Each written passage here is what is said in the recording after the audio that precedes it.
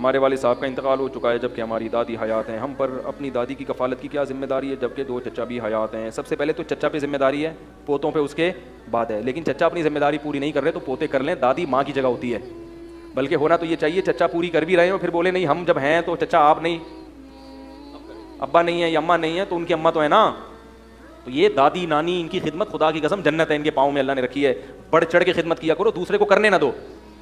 سمجھ رہے ہو, پھٹا کرو اس پہ. سعودی عرب میں کیس عدالت میں آیا, ماں پہ جھگڑا, 2 بھائیوں میں لڑائی ہو گئی قاتلانہ. پولیس آ گئی, بھائی کیوں لڑ رہے ہیں؟ وہ کہہ رہے ہیں ماں میرے پاس رہے گی. دوسرا کہہ رہا ہے ماں کس کے پاس رہے گی؟ میرے پاس رہے گی. نہیں آ رہی. ایک کہہ رہے اماں کو میں رکھوں گا, دوسرا کیا کہہ رہا ہے؟ اس پہ گتھم گتھا ہو گئے, پولیس انوالو ہوئی, عدالت میں کیس چلا ہے. پھر عدالت نے فیصلہ کیا 6 مہینے تمہارے پاس, 6 مہینے. یہ ہوتا ہے جس کو آخرت کا یقین ہونا کہ ماں اور باپ کی خدمت کتنا ثواب ہے, وہ تو لڑے گا, بولے گا بھائی کوئی بھی نہیں, میں رکھوں گا اپنے پاس. کون رکھے گا؟ میں رکھوں گا. ثواب ہے, بہت بڑی فضیلت ہے. ان کو دیکھنا, حج عمرے کا ثواب اللہ نے رکھ دیا بھائی, تو اس سے بڑی کیا فضیلت ہوگی. اور الگ بات یہ ہے کہ بھائی وہ کون سا بیچارے ہمیشہ زندہ رہیں گے, تھوڑے دنوں میں چلے جائیں گے وہ, پھر موقع نہیں ملے گا.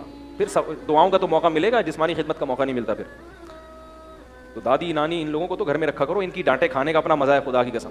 دادی ڈانٹتی بھی بڑی اچھی لگتی ہے, کہاں جا رہا ہے, کدھر سے آ رہے ہیں, بولتی ہے نا, غصہ تو بہت آتا ہے. ہماری دادی بہت اس طرح کی پوچھے, ہم لوگ ٹرولنگ کرتے ہوئے نکلتے تھے کہ دادی نے دیکھ لیا تو وہ تو سنتی بھی اونچا ہے, مجھے کہاں جا رہا ہے, کیونکہ پنچایت بہت ہوتی ہے بوڑھوں میں نا.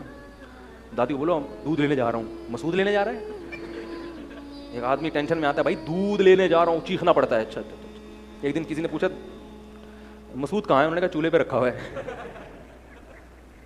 وہ سمجھی دودھ کہاں ہے پوچھ رہا ہے. ہمارے رشتے داروں میں ایک بوڑھی خاتون تھی, اونچا سنتی تھی, ان سے کسی نے کہا اکرم کہاں ہے, انہوں نے کہا الماری میں رکھا ہوا ہے. انہوں نے کہا اکرم پوچھ رہی ہوں بھائی, انہوں نے کہا اچھا میں سمجھی بکرم کا پوچھ رہی ہوں. ایک دن کسی نے پوچھا کہ نواب صاحب ہیں, ایک ہمارے محلے میں ہوتے تھے, انتقال ہو گیا اللہ مغفرت کرے, ان کی گاڑی جل گئی.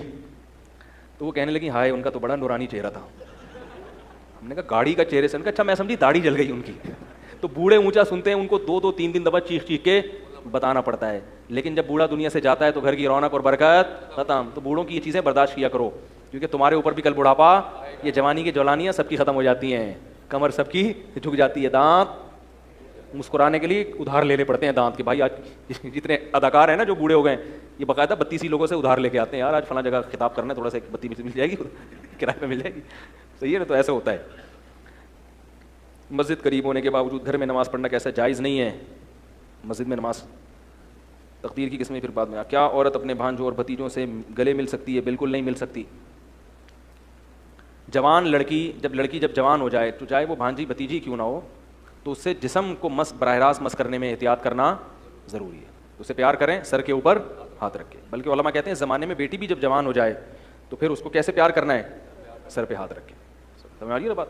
کیونکہ یہ دور فساد, میں نہیں کہہ رہا ہر گھر برا ہوتا ہے یا کوئی بیٹی کو اگر پیار کر رہے تو غلط ہے, ایسا الحمدللہ ہمارے معاشرے میں نہیں ہے, خیر غالب ہے. لیکن بہرحال احتیاط کا پہلو کیا ہے, اور بہو سے تو مسافہ کرنا بالکل جائز نہیں ہے. بہو کو تو صرف اس طرح سر پہ ہاتھ رکھا, وہ بھی چادر کے اوپر, بس. اس سے زیادہ سسر کے لیے بہو سے فری ہونے کی اجازت. اس پہ بھی کمنٹس ہیں نیگیٹو, کیسی باتیں کر رہے ہیں ممبر پہ, ٹھیک ہے, تو اس سے زیادہ اجازت نہیں ہے. بعض نالائق سسر بہوؤں سے پاؤں دبوا رہے ہیں.